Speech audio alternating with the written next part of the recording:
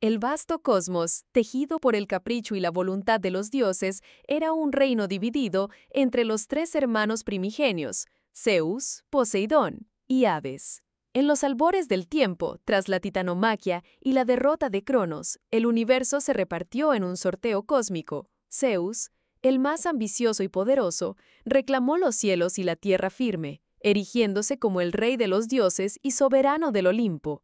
Su dominio era el aire, el trueno y la ley, un poder que se extendía sobre mortales e inmortales por igual. Poseidón, el inquieto y volátil dios de los mares, obtuvo el control de los océanos y todos los cuerpos de agua que cubrían la superficie de la tierra y se extendían hasta los confines del mundo conocido. Sus dominios eran las profundidades abisales, las tormentas marinas y el temblor de la tierra, una fuerza indómita que regía la vida y la destrucción en las aguas. Su reino era vasto y misterioso, hogar de criaturas fantásticas y secretos ancestrales.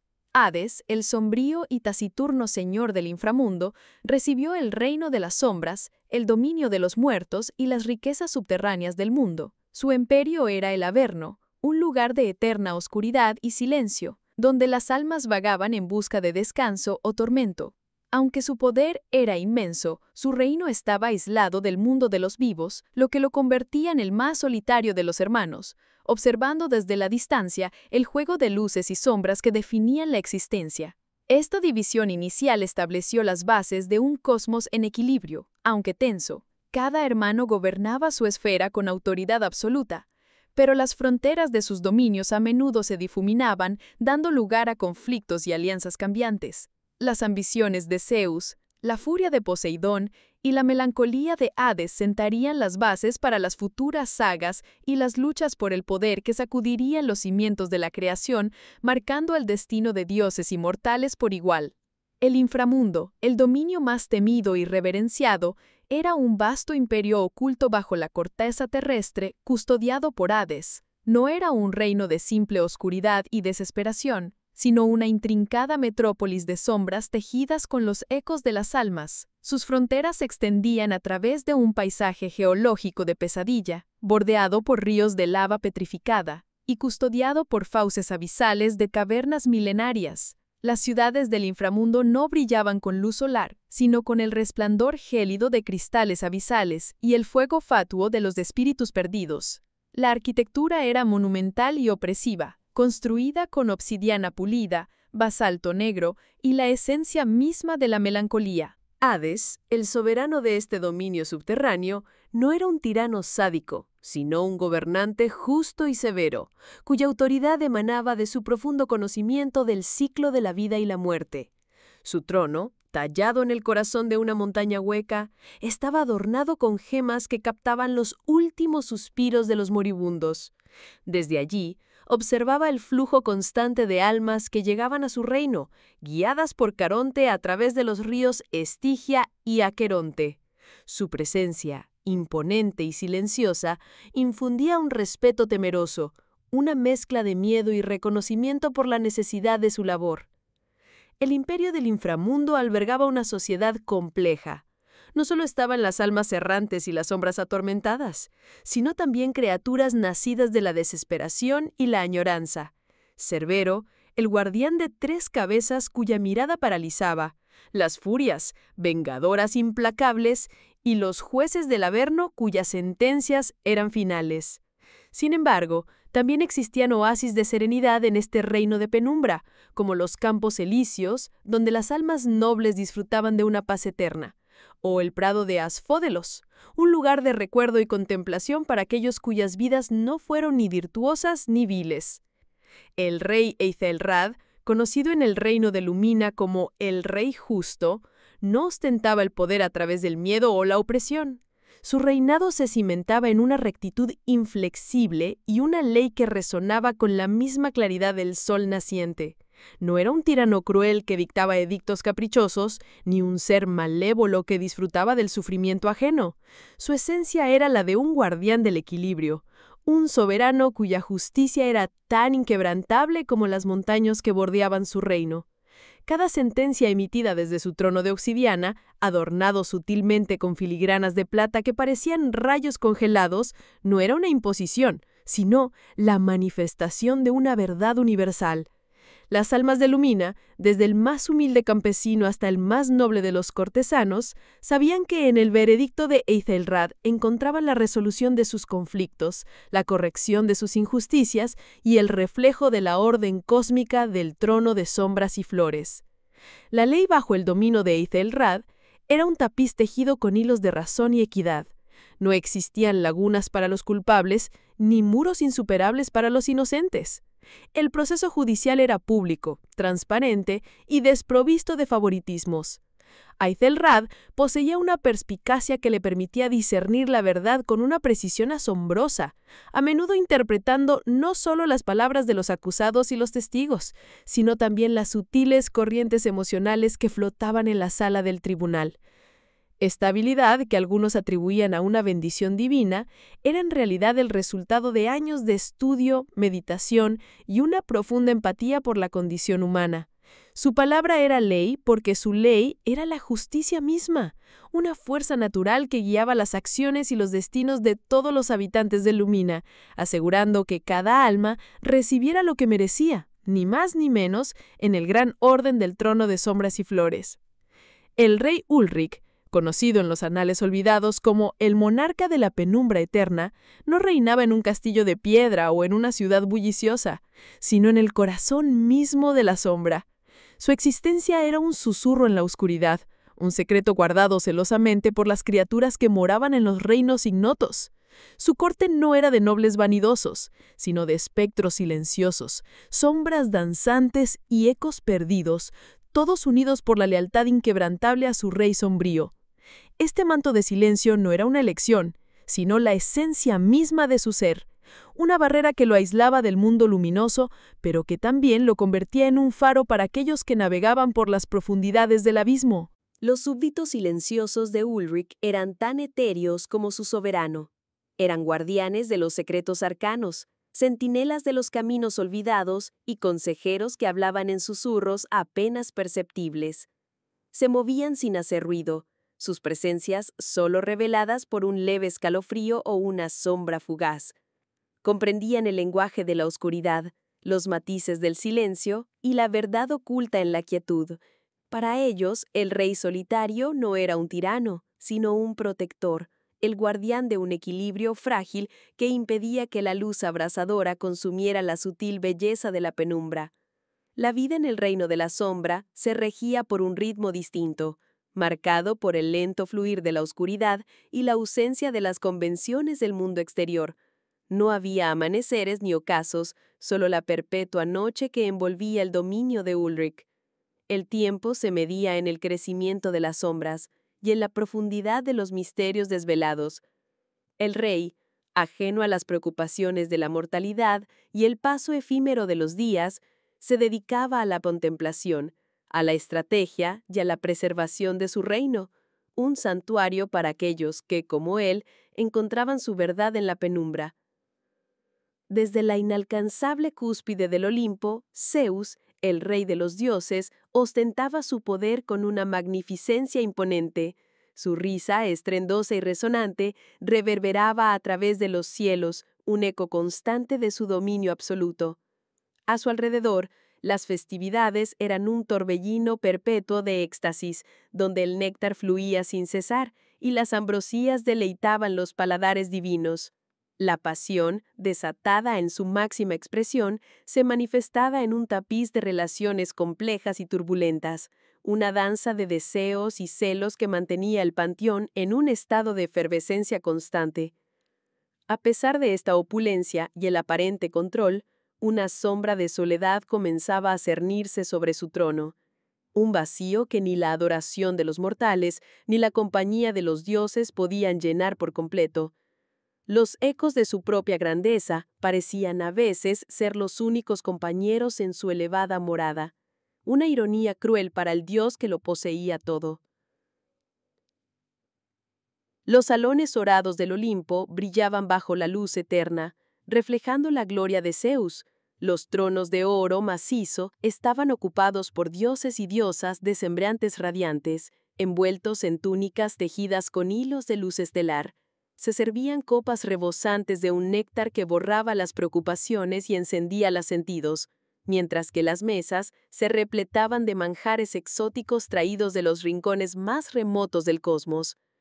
Hera, su reina, observaba con una mezcla de orgullo y resentimiento la profusión de atención que su esposo dispensaba a ninfas, mortales y otras deidades, cada encuentro una nueva chispa que alimentaba su eterna cólera.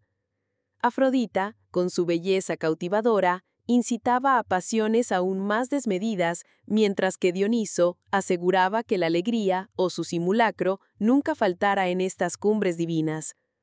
Sin embargo, en los momentos de quietud entre los banquetes y las disputas, Zeus a menudo se encontraba contemplando el vasto universo desde su balcón celeste, un rey rodeado de esplendor, pero anhelando algo más profundo que el poder o el placer. Poseidón, con su majestuosa barba salpicada de espuma marina y su mirada penetrante como el abismo, cabalgaba las olas embravecidas. No era una montura cualquiera, sino la furia misma del océano, que obedecía al compás de su tridente, un artefacto antiguo cuya punta relucía con la energía de las profundidades. Cada embestida de las crestas aledañas era un eco de su poder, una demostración de su dominio absoluto sobre las vastas y saladas extensiones del mundo. Los leviatanes y las kraken se apartaban a su paso, reconociendo al soberano de las aguas.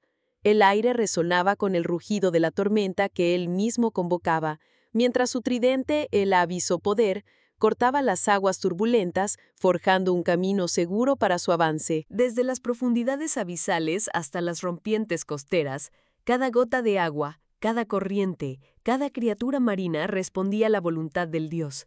Sus ojos, destellando con el fulgor del coral bioluminiscente, escrutaban el horizonte líquido, buscando presencias que osaran desafiar su reino, o aquellos que clamaban por su auxilio a través de los susurros del oleaje. La salinidad del aire se intensificaba con cada movimiento de su tridente, que enviaba descargas de energía azulada hacia las entrañas del mar, calmando las furias descontroladas o desatando nuevas tempestades según su capricho. Las sirenas guardaban silencio. Las ninfas del mar se escondían en las grutas, pues la presencia del rey solitario del mar era un evento de poder inconmensurable que marcaba el orden de los reinos acuáticos. En las profundidades etéreas del panteón divino, donde las constelaciones se tejían como hilos de luz y el eco de las eras resonaba en los pasillos de obsidiana, moraba Hades, no como un rey temido o un tirano sombrío, sino como el primogénito, el primer aliento de existencia que dio forma a la realidad. Su nacimiento precedió a los cielos y a la tierra, y con él la ineludible responsabilidad de custodiar la esencia misma de la vida, las almas. Su dominio, el inframundo, era más que un reino de sombras, era el crisol donde los destinos se forjaban y la balanza de la justicia cósmica se mantenía firme.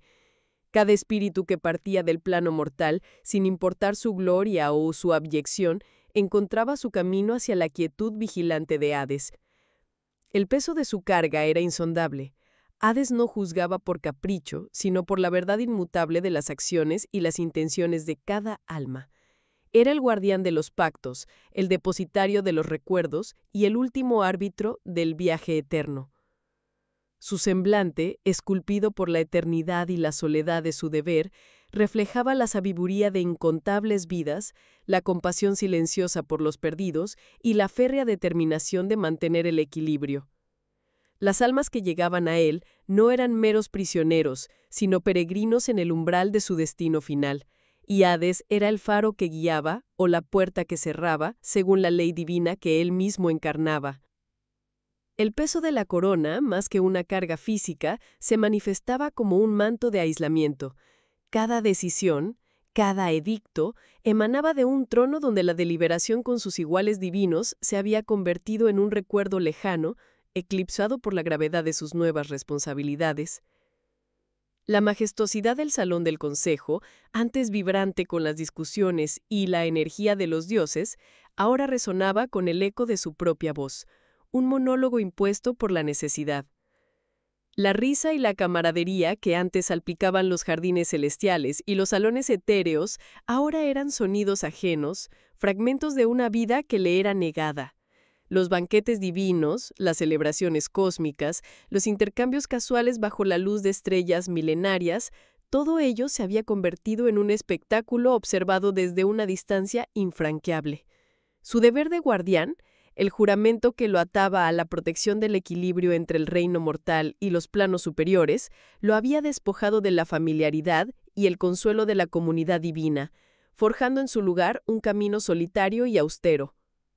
El palacio, una estructura imponente nacida de la roca volcánica pulida y maderas tan oscuras que parecían absorber la luz, se erguía como un faro de melancolía en el corazón de un reino desolado.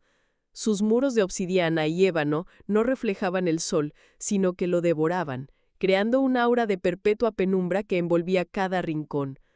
Los arcos, diseñados con una geometría que desafiaba la lógica y la gravedad, se retorcían hacia un cielo que rara vez se mostraba despejado, como si la propia arquitectura sintiera el peso del vacío. Los salones, vastos y silenciosos, resonaban con el eco de pasos inexistentes. Cada habitación, aunque decorada con un esplendor austero y sombrío, se sentía deshabitada, desprovista de la calidez y la vida que solo la compañía humana puede otorgar. Las paredes de obsidiana, pulidas hasta un brillo casi líquido, parecían contener un universo de sombras danzantes, un reflejo perpetuo de la soledad del rey que las habitaba.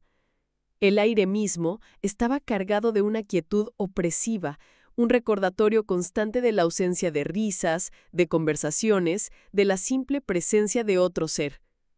En el gran salón del trono, un asiento tallado en un solo bloque de ébano oscuro aguardaba, su diseño imponente solo realzado por la desolación que lo rodeaba.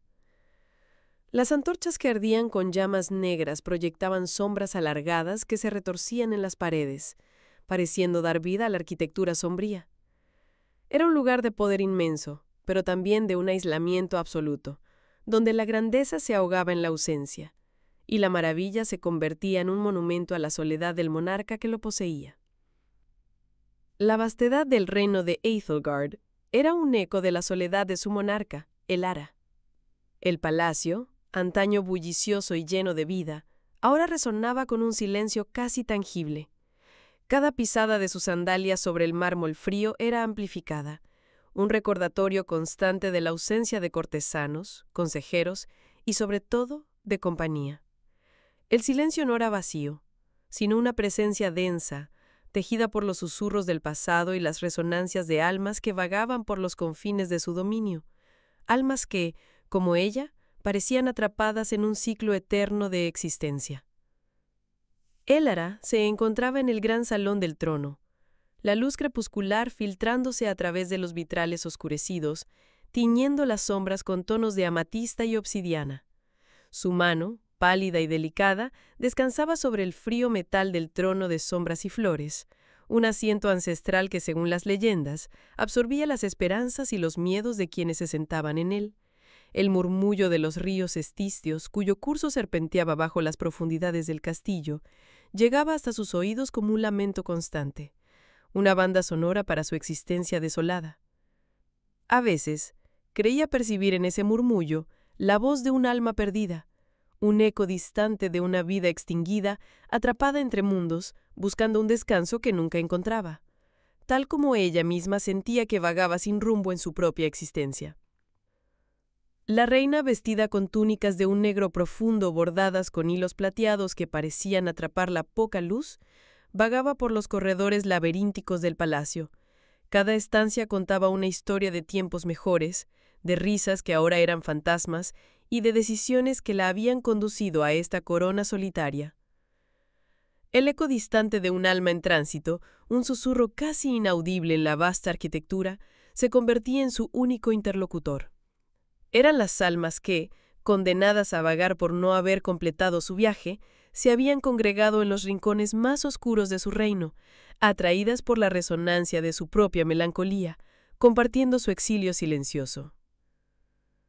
Cérbero, el guardián de tres cabezas, se erguía imponente ante las puertas adamantinas del reino de las sombras. Sus 3 fauces, cada una con una mirada de implacable lealtad, estaban aguzadas, listas para detectar cualquier intruso. El aire a su alrededor vibraba con una energía latente, un aura de protección feroz que desanimaba a los incautos. Cada cabeza poseía una personalidad sutilmente distinta, pero unidas por un propósito inquebrantable: servir a su rey, el rey solitario. La cabeza central, con ojos que ardían como brasas eternas, observaba el camino que conducía hacia el trono, un sendero adornado con sombras danzantes. La cabeza izquierda, de pelaje más oscuro y una mandíbula tensa, escudriñaba los rincones más oscuros del reino, alerta a las amenazas sigilosas. La cabeza derecha, con un gruñido bajo y resonante, parecía sentir las vibraciones del propio subsuelo, advirtiendo de cualquier movimiento subterráneo. Juntos formaban un formidable baluarte, un testamento vivo de la devoción incondicional que sentían por su soberano. A pesar de su temible apariencia, Cerbero no era una criatura de malicia gratuita. Su lealtad era su credo, su deber, su razón de ser. Si bien su presencia infundía terror en los corazones de los enemigos, para aquellos que transitaban el reino con respeto y bajo la venia de su rey, sus ladridos eran advertencias, no amenazas.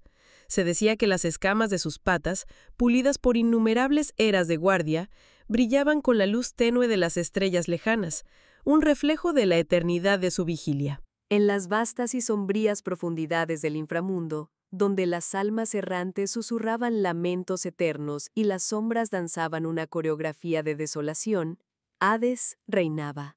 Su trono, una majestuosa estructura tallada en obsidiana y adornada con los ecos de incontables vidas, reflejaba la soledad intrínseca de su dominio. La única presencia física que compartía este reino de tinieblas era Cerbero, la bestia de 3 cabezas, un guardián formidable cuya lealtad era tan inquebrantable como los muros de su propio palacio. Cada cabeza, un estudio de furia y vigilancia, escudriñaba el horizonte perpetuamente oscuro, sus gruñidos resonando como el preludio de una tormenta que nunca llegaba. Cerbero era un protector, un centinela innegociable, pero su naturaleza instintiva y su feroz devoción no podían suplir la ausencia de compañía a un nivel más profundo, el vacío que anidaba en el corazón de un dios inmortal. Hades observaba a Cerbero desde la distancia, un destello fugaz de melancolía cruzando su mirada eterna. A pesar de la fuerza bruta y la vigilancia constante del guardián, el silencio del inframundo era ensordecedor. Los gemidos de las almas, si bien eran una constante, carecían de la resonancia de una conversación significativa, del eco de una risa compartida, o de la calidez de una comprensión mutua. El peso de la eternidad y la responsabilidad de su reino pesaban sobre sus hombros divinos, y en la quietud de su vasto palacio, solo la presencia silenciosa y obediente de Cerbero se erguía como un recordatorio de su aislamiento.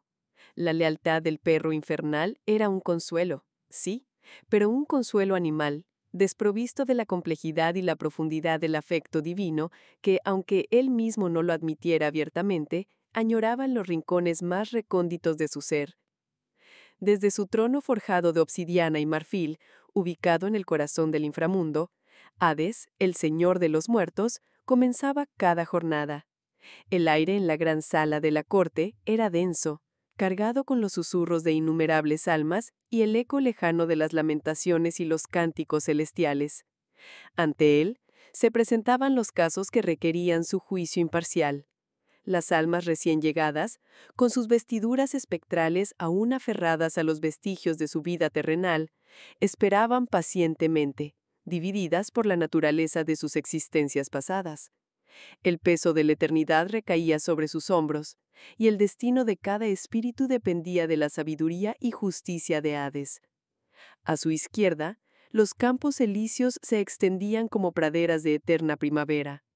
Allí, las almas de los héroes, los justos, y aquellos que habían vivido vidas de virtud, buscaban la paz. Hades presidía con una solemnidad serena, escuchando sus relatos de valor, compasión y sabiduría. Cada veredicto emitido era un reconocimiento a sus buenas obras, asegurándoles un lugar de descanso y felicidad perpetua. A veces, una alma destacaba por un acto de sacrificio excepcional, y Hades, con un gesto de su mano, podía concederle un honor especial, permitiéndole revisitar, en espíritu, los lugares que amó en vida, o incluso guiar a las nuevas almas virtuosas a través de los senderos de los campos elíseos. A su derecha, el Tártaro se retorcía en una oscuridad punitiva. Aquí, las almas de los impíos, los tiranos, los traidores y aquellos que habían cometido crímenes atroces enfrentaban las consecuencias de sus actos. La atmósfera en esta parte de la corte era de temor y arrepentimiento. Hades, con una mirada penetrante que parecía escudriñar hasta el último rincón de sus almas, escuchaba las confesiones y los testimonios de sus culpas.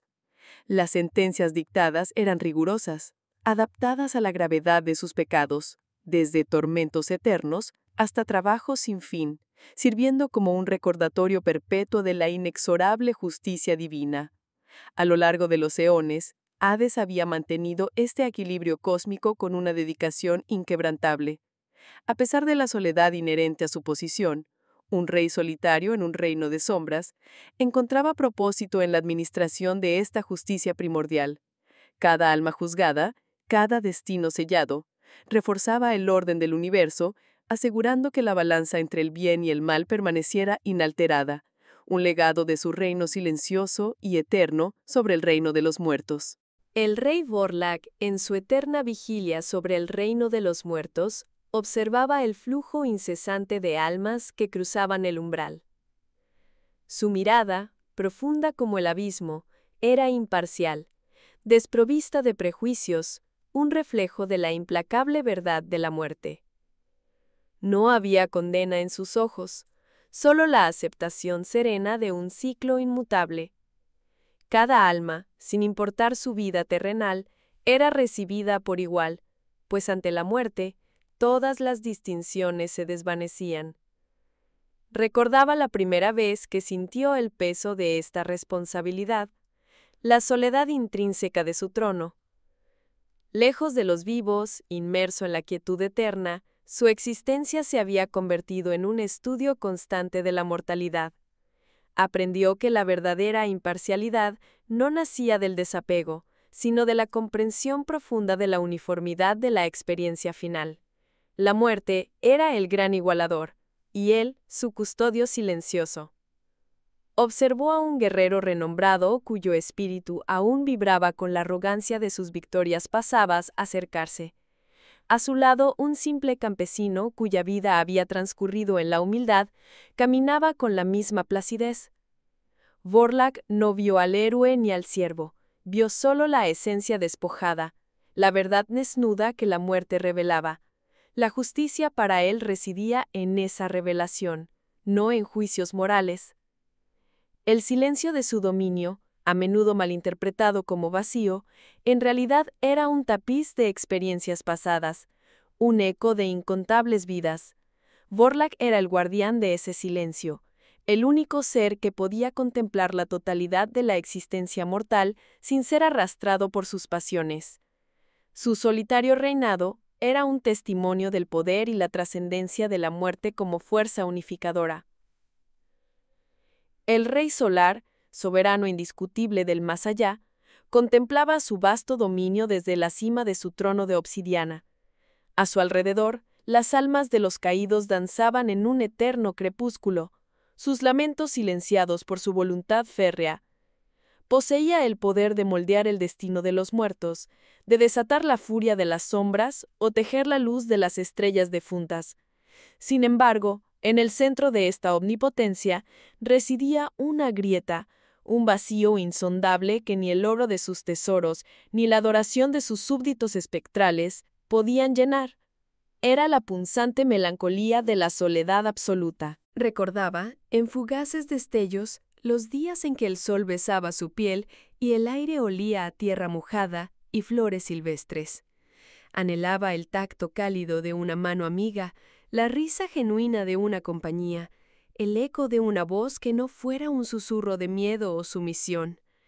Estos anhelos, tan terrenales y ajenos a su actual existencia etérea, lo atormentaban con una dulzura amarga. Su reino, Si bien grandioso, era un reflejo de su propio aislamiento, majestuoso, poderoso, pero desprovisto de calidez y conexión humana. Se decía que incluso el poder absoluto no podía comprar la verdadera felicidad, y el Rey Solar era la encarnación de esa verdad. Su melancolía no era un defecto en su armadura de poder, sino una cicatriz imborrable en su alma, un recordatorio constante de que la vida, incluso en su forma más trascendental, podía ser un monólogo solitario. El anhelo por algo más, algo intangible y vital, era el verdadero gobernante de su corazón, un rey invisible en su propio reino de sombras. El rey Ignis, conocido en los anales de las eras como el rey solitario, sentía el peso opresivo del trono de sombras, un artefacto ancestral y malévolo forjado en las entrañas de la desesperación. No era un asiento de poder ostentoso, sino un vórtice de energía sombría que lo consumía lentamente, anclándolo a su reino perpetuo de penumbra y silencio. Cada aliento era una lucha contra la oscuridad que buscaba devorarlo por completo, un deber eterno que lo ataba a este destino ineludible, un ciclo sin fin de soledad y vigilancia. Su reino, un vasto y desolado paisaje de montañas escarpadas y bosques marchitos bajo un cielo perpetuamente crepuscular, reflejaba la desolación de su alma. No había súbditos a quienes gobernar, ni consejeros a quienes consultar, solo el eco de sus propios pasos resonando en las fortalezas abandonadas. La esencia misma del trono de sombras exigía este aislamiento, purificándolo de toda conexión mundana para que pudiera ser el guardián incorruptible de la barrera que separaba su mundo de las entidades insondables que acechaban más allá. A pesar de la soledad abrumadora, Ignis no sucumbía a la locura. En su interior ardía una brasa de determinación, alimentada por los recuerdos de un mundo que una vez conoció y que juró proteger. Cada amanecer, si es que se le podía llamar así a la tenue luz que a veces se filtraba por las nubes plomizas, era un recordatorio de su propósito. Era el rey de las sombras, sí, pero también el guardián de una paz frágil, un centinela solitario en el confín de la existencia, pagando el precio final por la salvación de todos. Si te ha gustado el contenido y deseas contribuir al crecimiento continuo de este canal, te invito a considerar la posibilidad de suscribirte a mi canal de YouTube. Puedes hacerte miembro por menos de 3 euros al mes. Si te ha gustado la obra y quieres continuar con el relato, en la descripción del video puedes acceder a la compra completa del libro, en sus diferentes formatos. Tu apoyo es fundamental para seguir creando contenido. Únete a la comunidad y sé parte de esta emocionante aventura. Y hasta aquí llegamos con este emocionante contenido.